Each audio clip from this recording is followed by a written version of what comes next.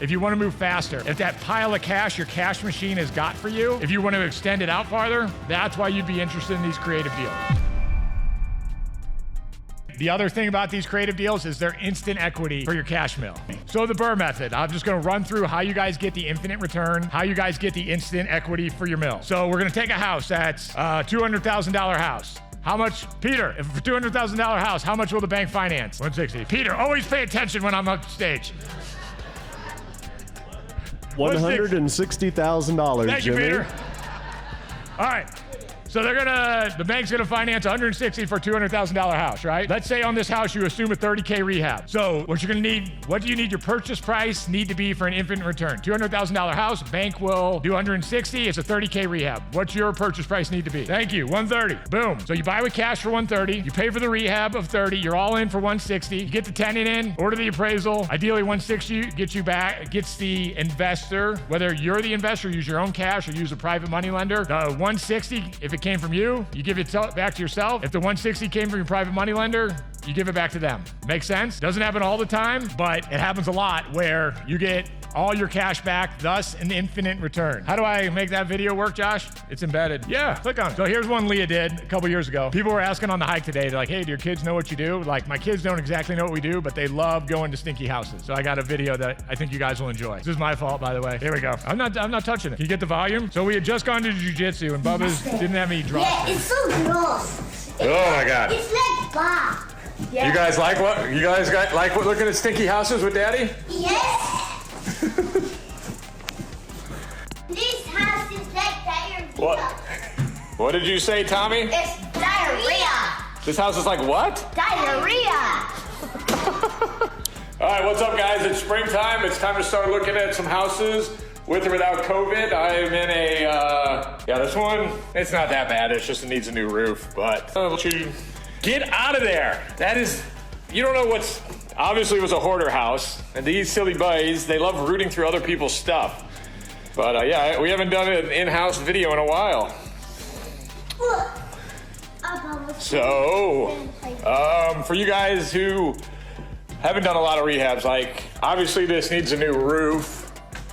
That is the sun right there. We'll throw a new roof on here, new soffits, clean this stuff up, new bathroom, new vanity, new toilet. The floors are actually pretty good here. Poly floors are good underneath here. New countertops. The floor can probably clean up. Yeah, they can definitely clean up. You think the floors will clean up? Oh, yeah. Or you think we need to replace the floor? Yeah, look at the garage. Is it garage? What about the garage? Oh, it's so awful. It's junk. It's junk? Yeah. Yeah, new appliances for sure. There's something going on in the basement too, don't you think? Yeah, there's caramel spiders. There's caramel spiders? Obviously some mold or something. Oh yeah, definitely. It doesn't smell that bad though. Oh, it smells awful. It smells awful? The sump pump doesn't work anymore. We gotta fix the sump pump, right? Yeah, we'll get the sump pump fixed. New panel. All right, we'll see you guys later.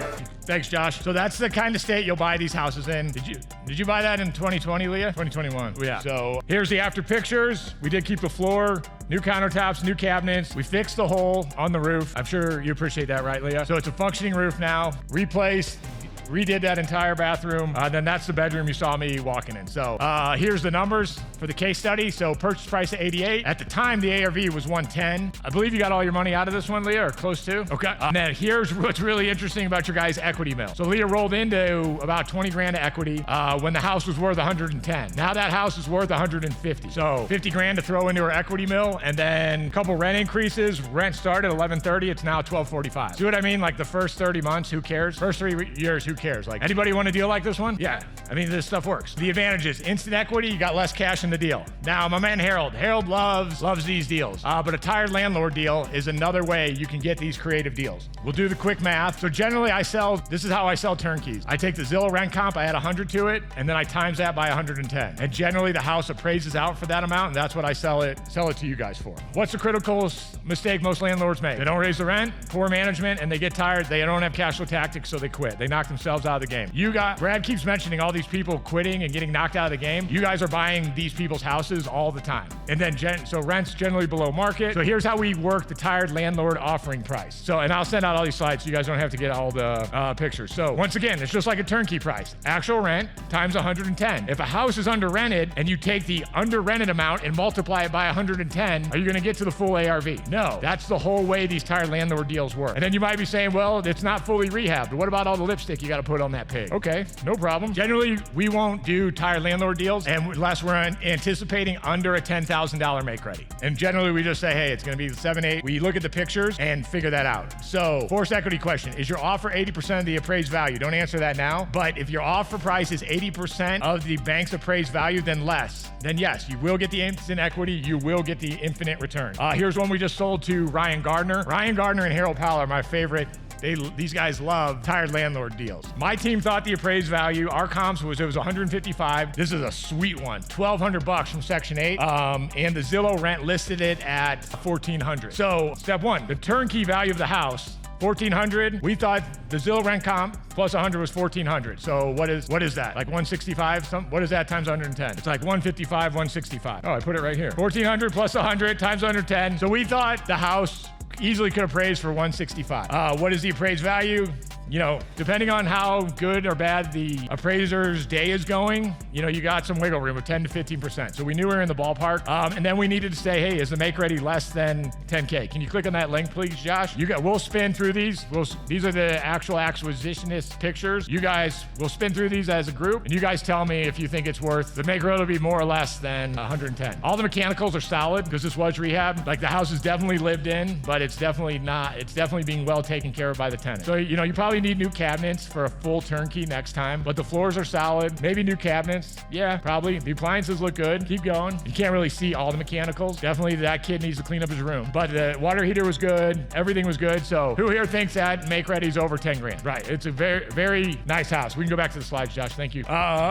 With an appraised value of 65, what will the bank lend on it? I already got the math in there. The bank will lend 132. What is your tired landlord offer price? Well, 1,200 times 110 is 122. What did that say on the last slide? 132. Harold, this is when you start getting excited, right? When you see that spread of between 132 and 122. Because we go to the tired landlord, hey sir, things trade right now at 110 times rent to investors, and the tired landlord generally takes that. So is the offer price 80% or less of the appraised value? Well, the bank's gonna lend 122. You're gonna offer 122. You will refi out 122. Boom. Instant equity, infinite return. This thing, we misjudged it. We were 10K light. So Ryan got it appraised out at 165, and it's already got a $50 increase for Section 8. That's part of the reason he loves these deals. He's done, in the last year, I think he's done 5. I think he's got less than 30 grand of his own cash into his own portfolio right now. And he does mostly Section 8, so he gets very consistent rent. So that's how the tired landlord creative deals work out. So this one, so Ryan just asked, what if I was using a private lender? So I would go to, hey, Mr. Private Lender, I got this deal. I think I'm getting it under value. I think I can get it for 122, and I believe it'll appraise out for 155 to 165. So I think, Peter, these tired landlord deals, how fast are we turning these? So I need your money for 60 days. Because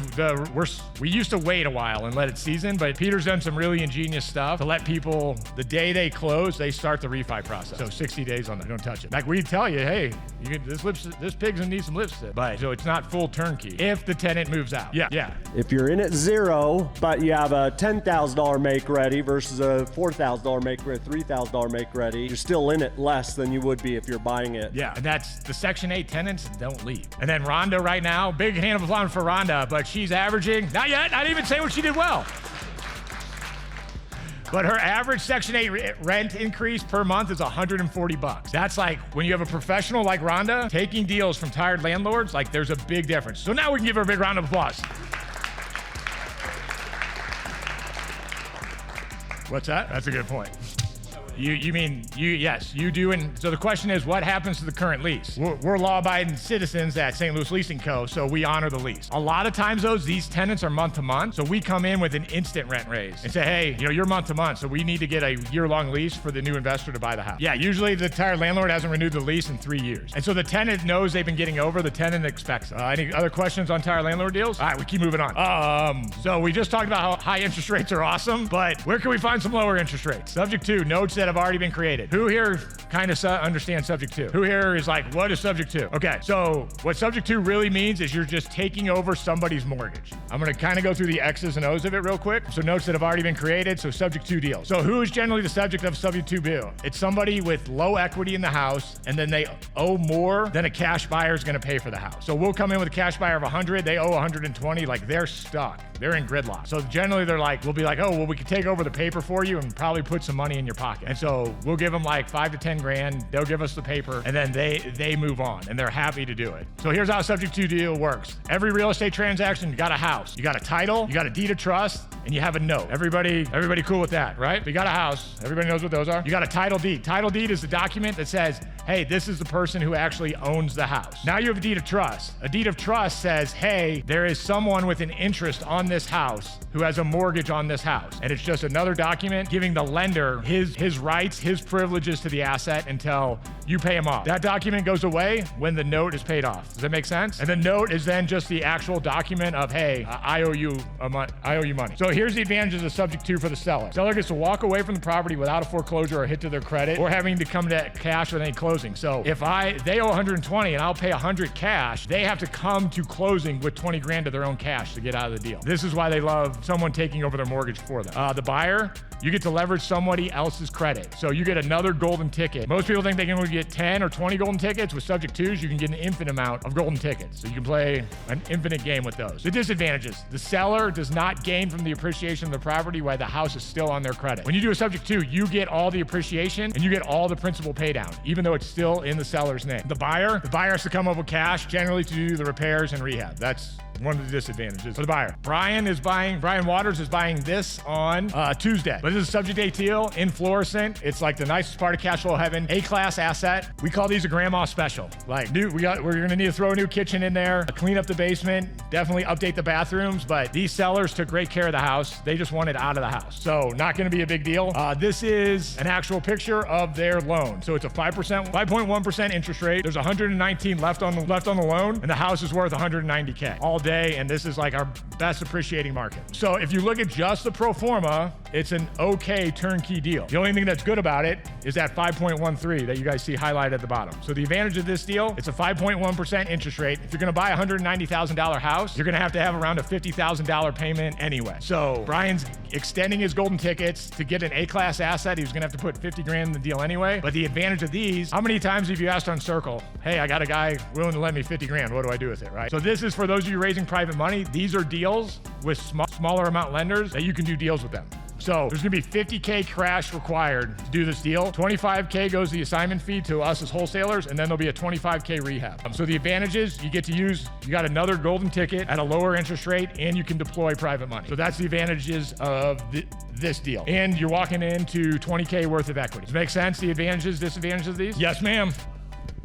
Are the sellers okay with someone using their credit? Are people not afraid or not worried that what happens if someone stops paying, or how will it affect their credit? I mean, we are upfront. We say, hey, we are gonna sell this contract to a reputable buyer. We will back the buyer. Like, we will cover the mortgage for the seller, not for the buyer. It'll be a different conversation with the buyer if they will. But it's also a risk they're willing to take because they're gonna get foreclosed anyway. Yeah. Okay. You know what I mean? So they're not in a worse spot.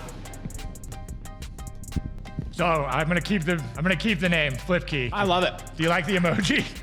So here would be the advantage of a flip key. James Huss, he's in Rise Up. He's doing this deal right now. 4280 Colvin, some old vet. We get calls from vets all the time because of our marketing. This old crusty bastard, he's like, you young sons of bitches. Like, this guy was awesome to sell a house to. But these old vets, they take immaculate care of the house. Like, everything we're doing in this house is purely cosmetic. This house is built like a tank. Obviously, the guy loved green in his bathroom. He didn't care about that. But that's an easy fix. But from a lot of these senior downsizing, we're getting a ton of deals like this. So here's back in the day, we wouldn't touch this, but look at the ARV. It's 235. We can't really make a good cash flowing rental out of a house over 200 grand, right? So then what are we supposed to do? What are we supposed to do when we got a house over 200 grand? We got to retail flip it. So the purchase price for the investor was 166K. The rehab's going to be about 25K. This house is easily going to be sold for 235. This is one of the hottest areas in St. Louis. So that Rise Up member, he's going to I bet he makes 25K on this one. So